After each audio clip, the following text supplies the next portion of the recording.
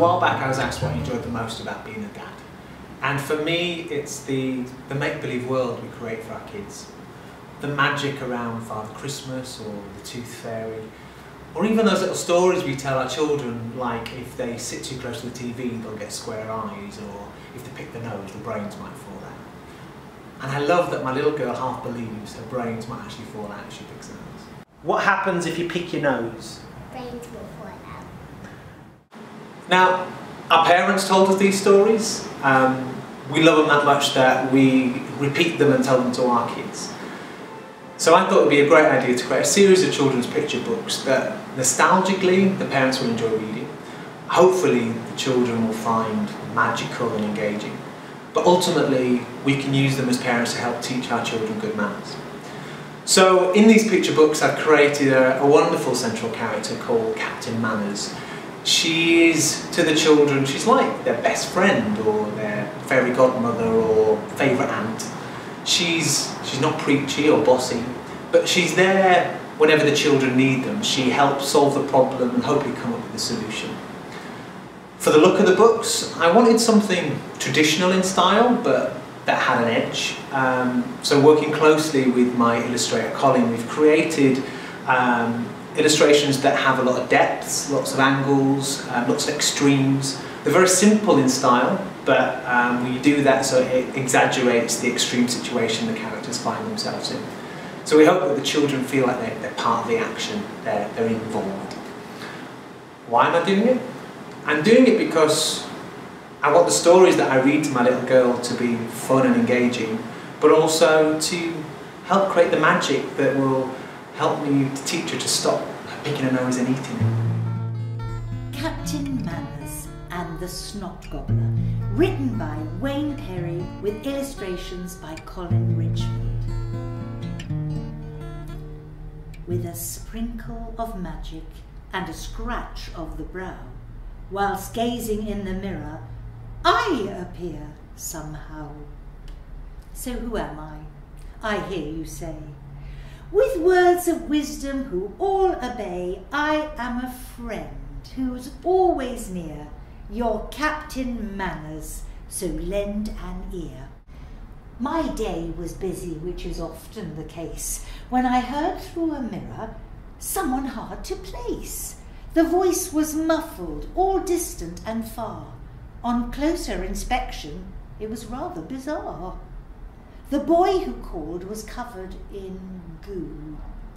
His nose was running and didn't know what to do.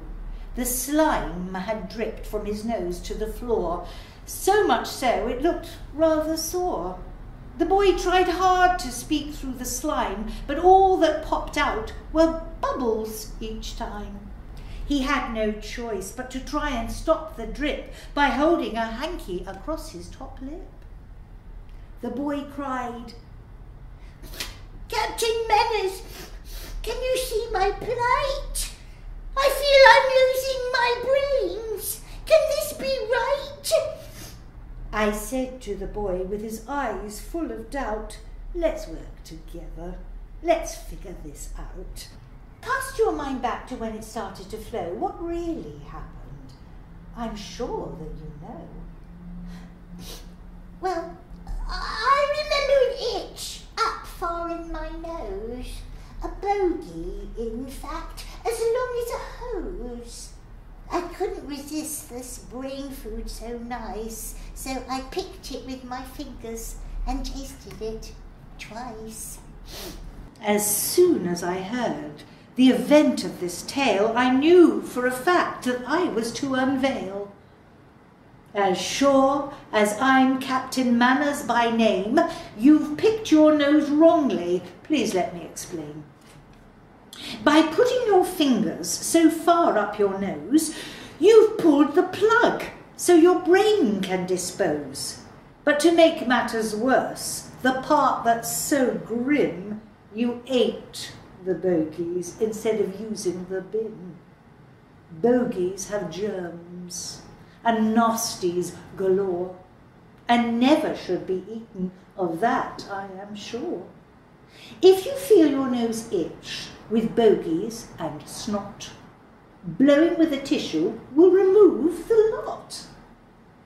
The boy looked up and smiled with glee as he noticed whilst talking his nose was drip-free. So, remember, don't pick your nose full of snot, or your brains will fall out and your head will rot. Collect your germs and wrap them up tight, then dispose in a bin to make it all right. The boy walked away, all full of courage, and cleaned his nose with his newfound knowledge. So, my job here is done, as I've shown the way. I've proved that good manners can win the day. The lesson is taught, and that's all from me. Apart from these words I give you for free. Good manners cost nothing. They're easy to do. Remember to practice as more is in you.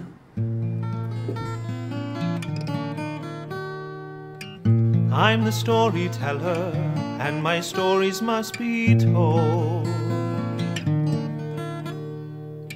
I have many stories, tales for both the young and old. I have many voices to describe many places, many names of I, and many faces.